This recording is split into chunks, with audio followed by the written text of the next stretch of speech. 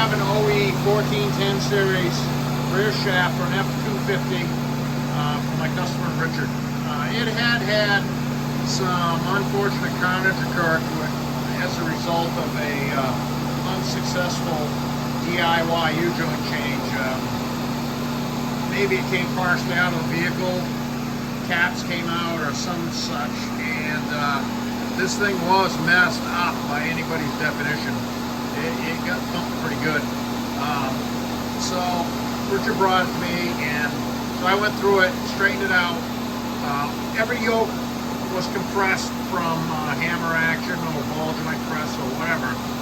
And you know, I talk about this a lot on these videos, and people probably think, what's he talking about? Well, you're using a hammer or a ball joint press. A hammer's for driving nails, a ball joint press is for ball joints. They don't belong hitting things. You got to spin 3,000 to 4,000 RPM.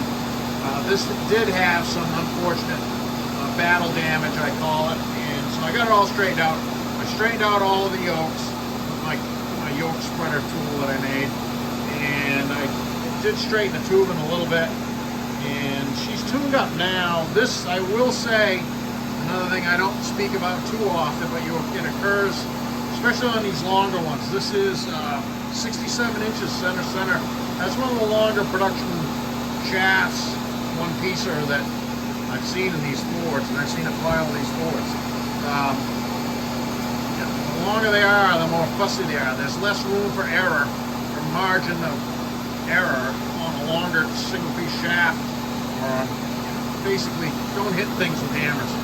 This one hadn't been indexed when it was taken apart, and I didn't know which end was headed which way, so I just rolled the dice, put it together, and it ran okay, but it wasn't great like I like it. I've got my daughter's puppy in here, and so I took it apart and indexed it, flopped it around so it was spinning the other way. And we care about driving forward more than we care about backing up, and that's what this was. I could see going backwards where this machine goes both directions. It ran better.